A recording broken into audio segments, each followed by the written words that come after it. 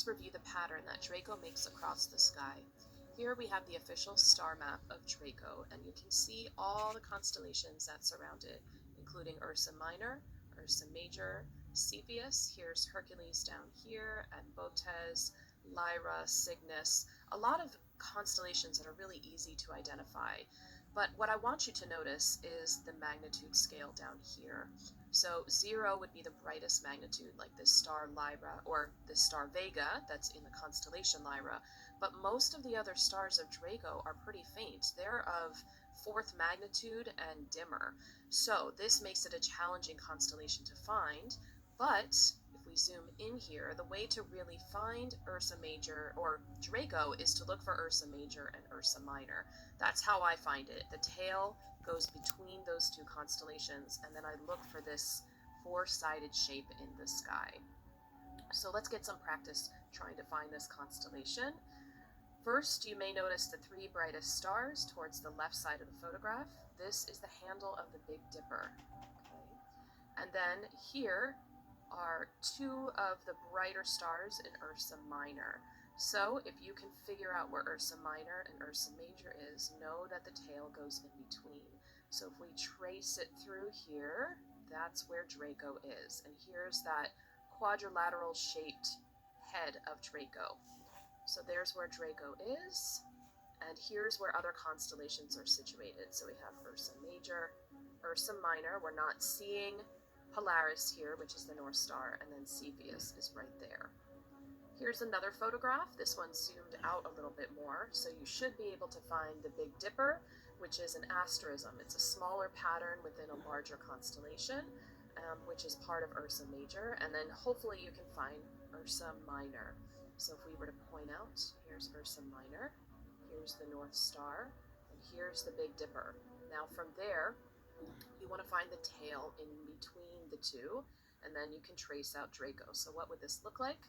Here's the Big Dipper. The pointer stars point to Polaris, and from there you can find Ursa Major, and then here is Draco, how it goes in between the two. And another way that I help myself to find Draco is when you have the handle of the Big Dipper, you can kind of draw a line this way and it'll point to the head. So that's another strategy you can use to find Draco. Let's get some more practice with identifying Draco. So here we have another photograph of the same 3 constellations. We have Ursa Major, Ursa Minor, and Draco. So hopefully you can see Ursa Major on the left side, and then use the pointer stars to point to Polaris, and there you can find Ursa Minor. From there, you want to find the tail of Draco. And what you should notice, if we back up a little bit, notice how these stars stand out, but the tail of Draco is really faint. It's really the head of the dragon that stands out when you compare it to the rest of the stars in the constellation. Okay. Also remember, you can use the handle of the Big Dipper, draw a line over, and then you can help yourself find the head of Draco. So here we have these 2 constellations, and then this is where Draco is. Let's get one more photograph here. This one I believe is digitally enhanced. The stars are colored to bring out the stars, and that's okay for me when you're starting to learn these constellations. If that will help you learn the different patterns, I think that's fine. But just know that the constellation won't really look like this in the sky. So hopefully looking at this pattern and this picture, you can find Ursa Major. And then from there, can you find Draco? This time you don't have the help of Ursa Major or the Big Dipper to help you.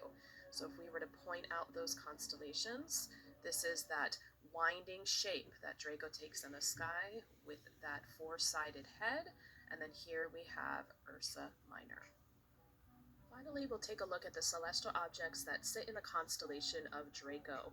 So there aren't a whole lot of celestial objects, even though this is a fairly large constellation, but the 2 we'll focus on are these 2. This one is called the Cat's Eye Nebula, which is a planetary nebula that's estimated to be 3,000 light years away, and then M102, which is one of the Messier objects, that's a spiral galaxy. So the Cat's Eye Nebula is a planetary nebula, which is a star that's at the end of its life. It's no longer undergoing fusion, so it's starting to throw out the outer layers, and you kind of can see the different